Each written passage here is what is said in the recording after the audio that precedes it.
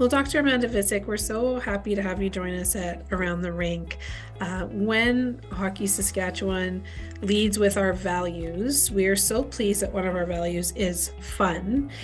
And, I always thought fun is simply a natural outcome of sport, and yet you sought out to research and study it. So what made you want to research fun? Is it not just a natural outcome of sport? I think that's a great question. I think it should be, right?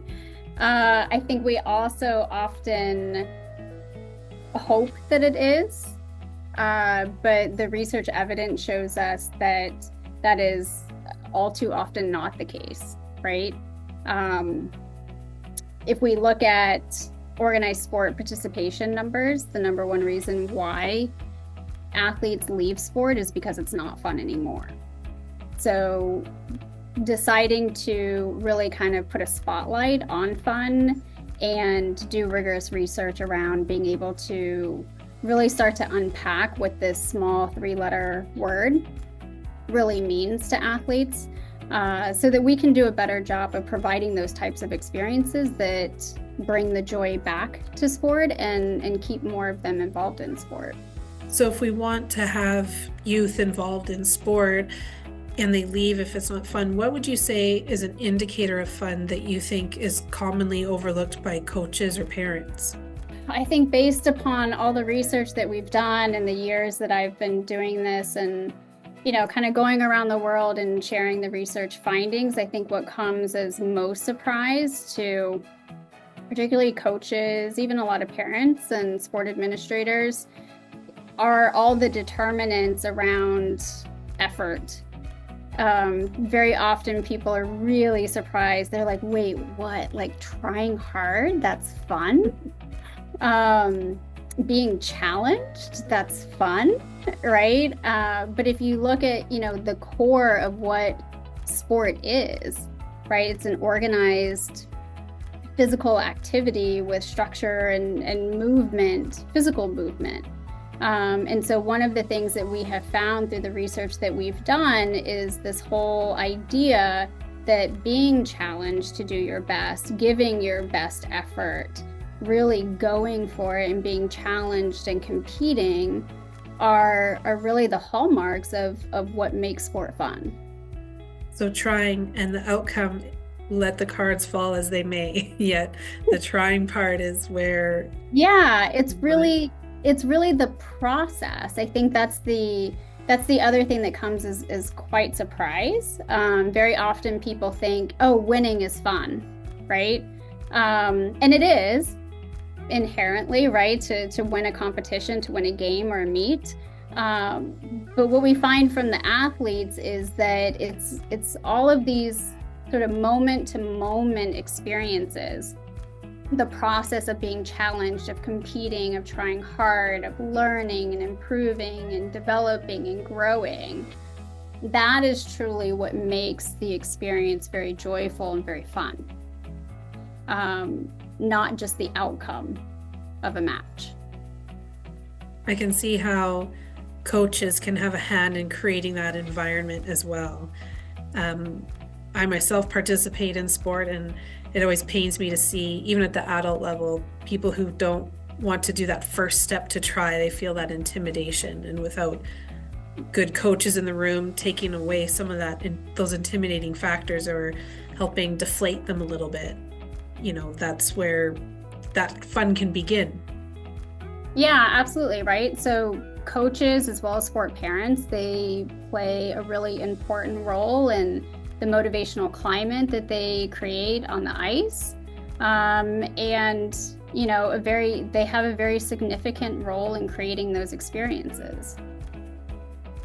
So thinking of that, what can sport administrators, organizers, or coaches do to make sport more fun for kids? I think really looking at the research and being very intentional about using the research evidence to drive what we do and how we do it on the ice, right? So that's why I do what I do, is to give all of you the key findings so that you can improve the experiences on the ice for players. And so, when we look at what the research evidence has shown us is that the vast array of determinants of fun, they span the entire, if you will, like the entire ice hockey ecosystem, right? So there are things at the individual level, there are things between teammates, between a player and a coach, player and a parent, all of these different interactions that include a host of things that actually make ice hockey fun. And so being able to look at the research evidence and then be very intentional about drawing upon these and integrating them into our practices, into the way in which we coach, into the way in which we parent our children on the ice, that can go a long way. Same question in reverse. Yeah. What should coaches and parents and administrators, what are you seeing out there that folks should maybe reconsider or stop doing to ensure that sport is fun for youth? I think moving away from the professionalization of sport, whether it's ice hockey, basketball, soccer, tennis, what have you, that has really probably done more harm than good, right? But what we've learned from the research is that at the heart of having fun is athlete development.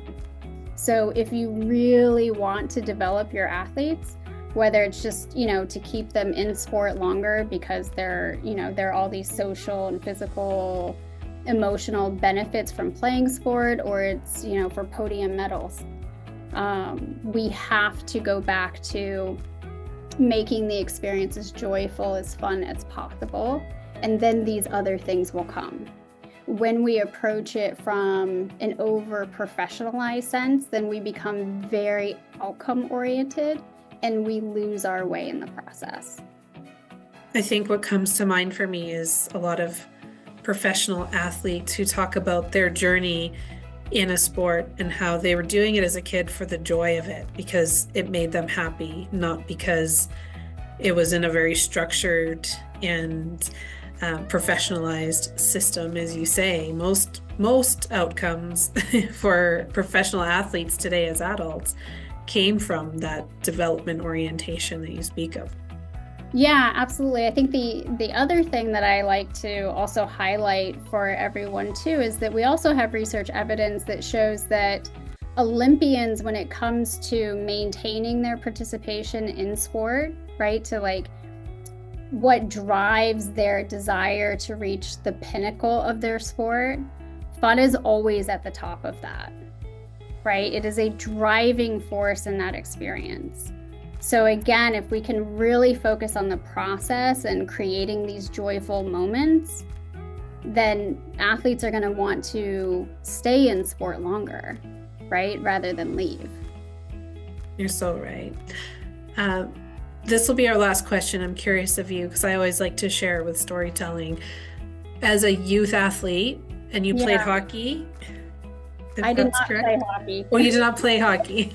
No, I was a figure skater. Okay. My younger brother played ice hockey, but I grew up in a rink. So okay. Yeah. Many of us can say that in one way or another. Yeah. Rink. As a young figure skating athlete, what is one of your funnest memories? I think when I look back on my years on the ice, I think some of the most fun moments came from getting something like a skill or a jump that had eluded me for so long, right? Something that was so hard and so challenging, but you keep chipping away at it, right? And then you finally get it, and it's like there's such joy in that moment. There's such joy in that moment.